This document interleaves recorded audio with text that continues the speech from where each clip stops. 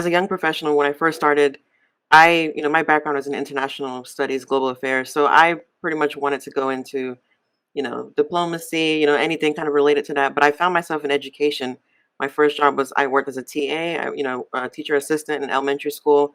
Um, the person who gave me my job, speaking of women empowerment, was my former English teacher in high school, who at that time was the principal of the school.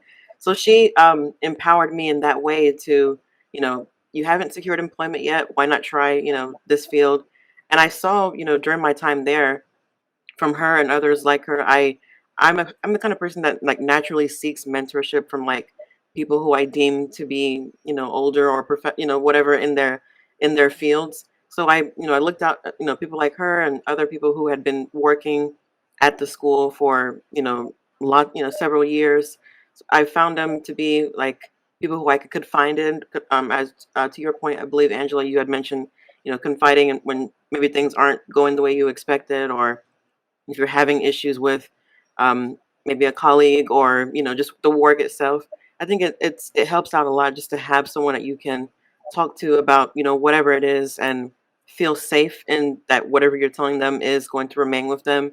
And if there's ever a time that of course needs to be escalated, that they would help you to navigate that process. So I think um, for young women who are entering the workforce, or who are career changers, or just starting out in a new role altogether, I think it's very important to find people who have been doing that job for some time, who are, interested in seeing you grow and develop as an individual.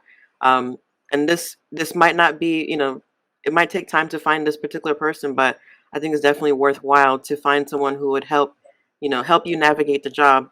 Um, you can always tell when a person like actually wants to help you.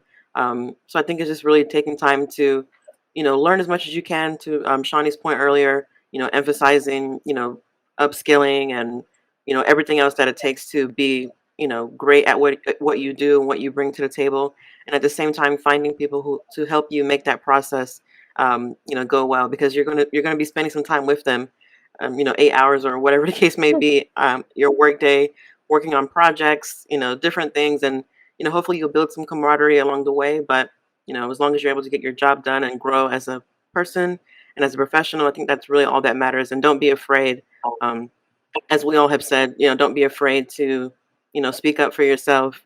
You know what you bring to the table. And if you don't know what you bring to the table, make sure that you're doing that research, taking that inventory of your skills, as Angela had mentioned earlier, and your accomplishments. One thing I always tell my clients is to celebrate their wins. So if there's anything that you've done recently that you're proud of, even if it seems insignificant to anyone else, the fact that you've done it and it's something that you've grown from, that's more than enough reason to celebrate.